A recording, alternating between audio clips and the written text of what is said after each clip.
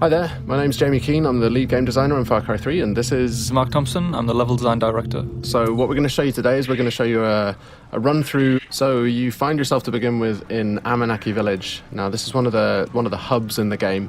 It's kind of a friendly area where you can rest, recuperate, you're going to feel a bit of the life of the world, but you're never under threat here. You can also do things like you can go to the store and buy new weapons and things like that, but it's basically your safe haven in the world. I was out hunting this morning, got lucky. So at this point, if you look at the mini-map, it doesn't have a lot of useful information on it. Actually, it's almost entirely useless, apart from the radio tower icon you can see there. Whenever you get to a new area of the world, the map will look like this. So the first thing you need to do is find the nearest radio tower, which is generally a visible landmark on the horizon. And then you need to head up there and take off the GPS scrambling device, which Vas and his pirates have put there. So they're always going to be pretty much in high places in the world, areas that you're going to find easy to see. We wanted to make it a slightly different challenge to the rest of the gameplay. A lot of the gameplay in the world is combat-oriented, whereas this we wanted to make much more of a kind of a jumping puzzle. This one's the first one that you come across in the world, so it's a really light challenge, but later on in the world it's going to become a little more tricky.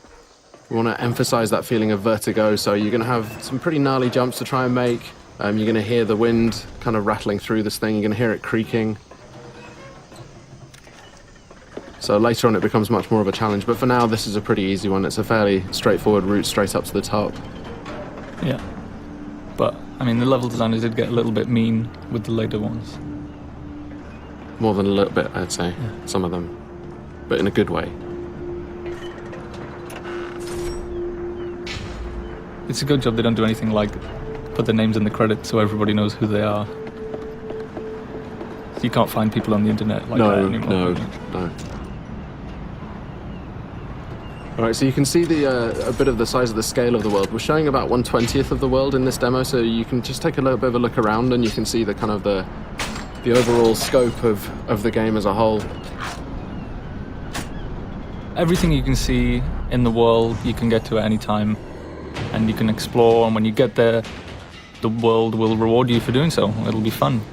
With these reveal sequences, we want to show you a little bit of the world, some sort of suggestions on areas where you can go to explore afterwards. If you take a look around on the horizon as well, you'll see these kind of black smokestacks. Now, these are the outposts that are scattered around the world. They're probably your best next step. So you can see the big red areas on the map. They dictate that the pirates control this part of the world. So when you move around the world, you might be ambushed, you might come across roadblocks as you're driving around.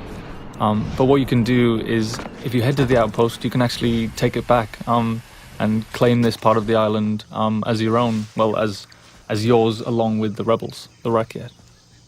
So gradually as you move through the world, you end up kind of cleaning the map.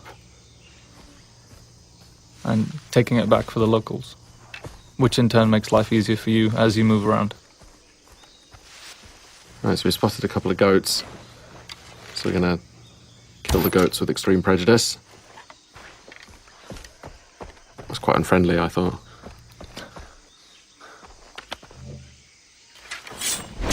That was more unfriendly, though. Yes, certainly. Yeah.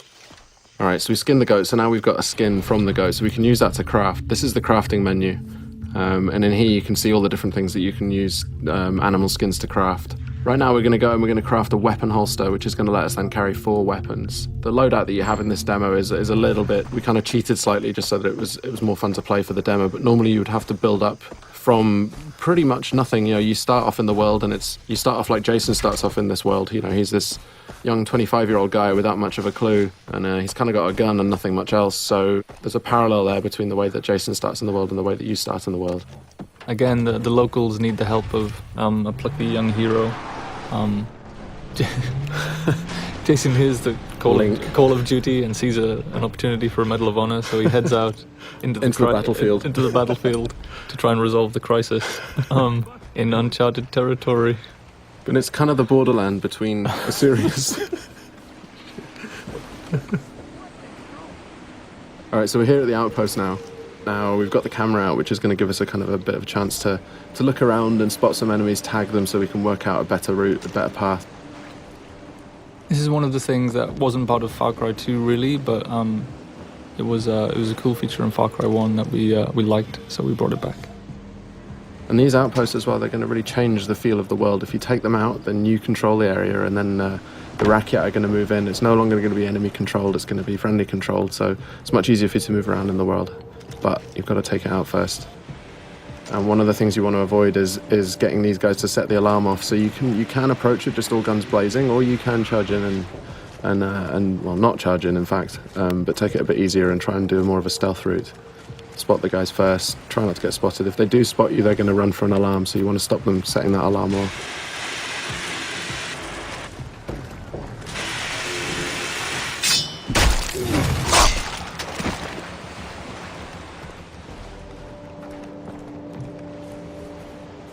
Alright, so we're trying to do a bit more of a stealth route here. Got to be a bit careful. That white line you can see there is a detection meter. If that fills up, they're going to spot you and then combat's going to start. So I've used a rock there to distract that guy. So he's going to go and check that out. And in the meantime, we can go off and head off around here and do a death from above. Okay, so he's now alerted. So these guys, you can see he's heading over for the alarm there. It's a good shot. A little too good, I might say. I'm gonna get you alive. Alright, so it's all kicked off now because they can hear you. So this is the thing. I mean, once you do go weapons loud, the world reacts to it, and the world's going to come and find out and see what you're up to. And it's not just the guys in the outpost. If there are any patrols that are moving around the area, like boat patrols might come in from the ocean, or any guys driving along the roads nearby, they're going to hear gunfire, and they're all going to be attracted. Another good shot there, I think. A little too good. Yeah. Could you just shut the alarm? Through the guy. So we've got the quest on the board right nearby. We've also got this hunting quest down here. The other thing it's done is opened up a fast travel node. Now, fast travel is something we really wanted to get into the game so that you decide how you move around the island. Here we can see the weapon store. Just going to go and upgrade one of the weapons that you've got. But yeah, you can stock up on any ammo that you're missing. You can buy consumables like health packs and body armor. Mm-hmm.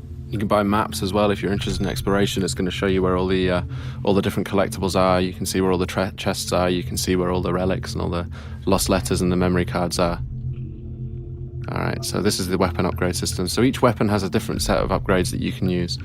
Really good idea if you want to play more stealthily is to find a weapon that has a sound suppressor like this MP5 here. And you can also paint it pretty colours. Devilishly red. Devilishly red. Yes.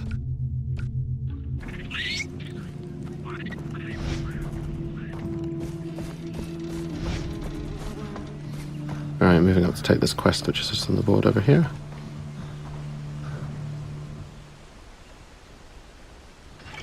Dennis said that the jungle would speak to me. So the villagers in Amanaki have had some problems with local bears. They've been killing them, I guess. That's the problem they've had with them. They've been dying by bear.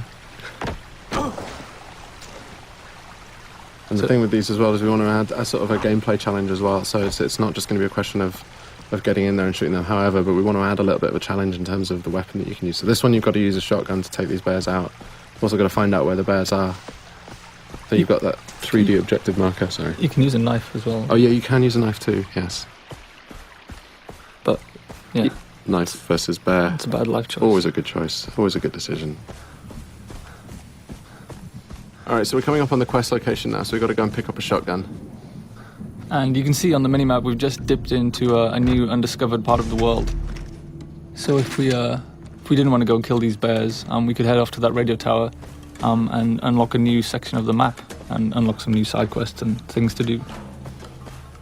But right now we're going to go and shoot bears. In the face? No, well I decided not to go within the face because That would be too efficient. it would be. But there we can see it. Alright, now, bears can take a lot of punishment and they pack a real punch, as you can see there. When you get hit by them, you really know about it. I've seen it go a lot worse than that. Definitely. Well, that's the thing, because you feel all confident because, you know, they're not closing very quickly and then suddenly knock you over. Yeah. All right, so we're into the cave now.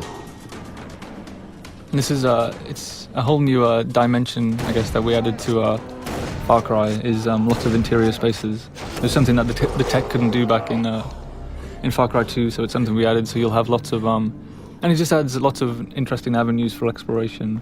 Lots of cave networks, tunnels underground, old mines, old temples, and there's always something to do and find down there. It's true. And you have a flashlight as well, so you can see where you're going. Indeed. Adding other dimensions, really. Got interplanar experiences. Yeah, I mean, physically and metaphysically. So we added Hell and Rylier. And Yeah. In the last area, we headed to the radio tower first so we could figure out the lay of the land and decide what to do next. But in this instance, we just sold the smokestack and headed straight for it. And there's no order that you need to do anything. No, I mean, you don't have to do any of these things if you don't want to. It's just going to make it more difficult to... Oh, I think I heard a tiger. Ah, yes. That's kind of forced the hand on the stealth issue there a little bit, I think. Yes, a little too close to the outpost there. Explosive arrow. But they don't know quite where you are yet. They just heard the gunfire and they come and investigate. Oh, and this is the best explosive arrow ever. Great. I know I'll start a fire. So you can see there we used a few different types of arrowhead. They're actually craftable items. So you're not just stuck with the bow is a super cool stealth weapon for long range kills, but you can also go craft fire tips and explosive tips, so you can be more versatile at long range. But it still stays stealthy even if you've got those kind of like more full on arrowheads on them. Stealthy explosions. Yes. Stealth explosions. I think we should do that in the real one as well, actually. Stealth explosion.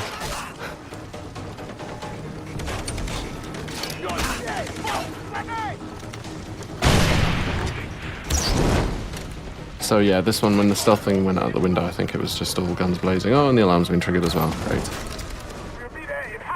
But you can see we've got, obviously the fire tech is back from Far Cry 2. I wanted to really make sure that we kept that one in. It's a really important part of the gameplay. You can really kind of corral people using fire. And the wildlife as well. And the wildlife too. Now you may have heard just on the VO there, they're letting you know which direction that they're coming in from, so you can kind of prepare. If you've got a little bit of time, you can see that countdown ticker, and you can kind of prepare for when these guys come in. That was a warm welcome. Yes. And there he goes, flying through the air. No fun was had there at all. No. No, I didn't enjoy that at all. I enjoyed the bit where you missed everyone with the arrow at the start. Really? Still? Seriously? Man. And that's the end of the walkthrough today. So thanks very much for listening in. Far Cry 3 is coming out on Xbox 360, PS3 and PC. Looking forward to seeing you guys out there.